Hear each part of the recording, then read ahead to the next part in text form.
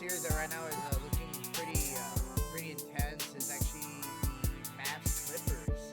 So we all know how coming into the when Kawhi went into the league, he was coming out saying that he was going to be the king and stuff like that, and and apparently they've been losing the playoffs, haven't really meet expectations. I don't know. What do you think? They're playing a good team though. Yeah, that's what I'm saying. And now they're playing the Mavericks. Just give me talk to me, Adrian. I mean, what can we expect of the series? Just kind of moving forward. Well, I think the Clippers have a really hard. They have everything to lose, whereas the Mavericks have always been, even last year, a team that's just kind of flown under the radar. But they have great shooters, and it's just a good team. I mean, they have my God, dude. Luka Doncic. Luka. Well, besides Luka, like Tim Hardaway Jr. Brunson, Porzingis, they have a great team, and it's not like they're like they don't have the Kawhi Leonard, right? Or I mean, I say that, but I mean, I think Luka Doncic is going to be that kind of the MVP, the right. MVP caliber player. Yeah. Correct. Yeah, and it's they're so good. It's kind of like, I don't know. It's kind of like the Spurs got moved to Dallas or something in a sense, And I'm glad you brought up the shooters. But my question would be to you: do you think the shooters can keep up what they're doing? Because in game one, that's the thing. The Mavericks won, but because they shot the ball lights out. Mm-hmm. Right? Do you think it keeps up? Do you think it keeps on going? Do you think they still have the hot hand?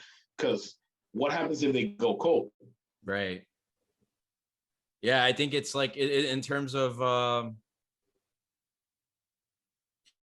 I mean, it's like, I mean, I know I'm joking, but it's literally that for them, right? If the ball goes in the hoop, literally. I mean, I think that I think that exactly. I think what you said in the last one is more specific to this one. Yeah, mm-hmm. Yeah, because it's like, I mean, both teams are good. It's just, I don't know, bro. I feel like the Clippers I mean, maybe it's just because I hate Kawhi Leonard or whatever forever, but I feel like they don't give enough effort. At least I'm honest, right?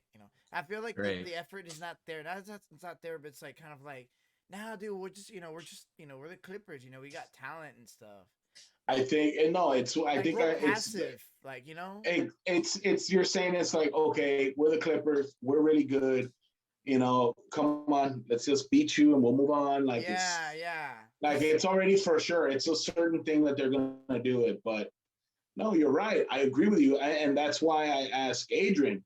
So if, let's say, Tim Hardaway doesn't have the same kind of night he did in game one, let's say Porzingis doesn't have the same kind of night he had in game one, and they don't score as much, do you think they can hold off the Clippers enough to win another game where maybe their best shooters aren't on a hot streak? Do you think they'll be able to match up and go pound for pound, punch for punch with a team that has Kawhi and Paul George and Ibaka and those guys? Do you think they can do that? Right.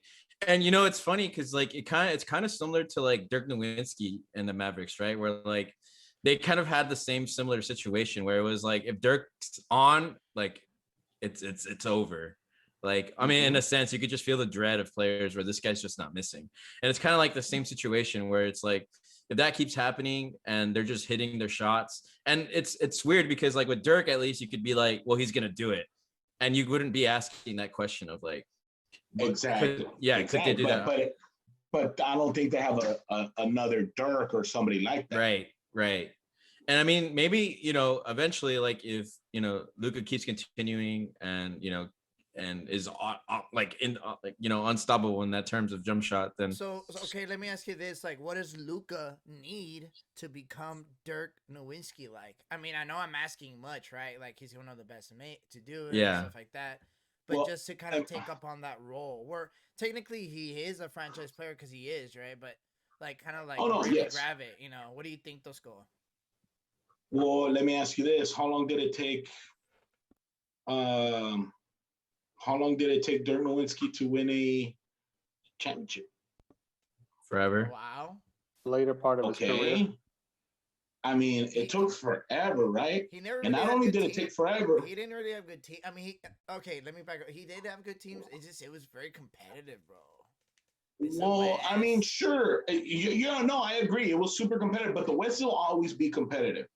But, and you're right, it was super competitive. But that's why I'm asking, what did Nowitzki have the year he won it all that maybe Luka needs? Because if you go back and you look at the roster that Nowitzki has, I mean, he had the year he won it, he had Jason Kidd, he had Sean Marion, right?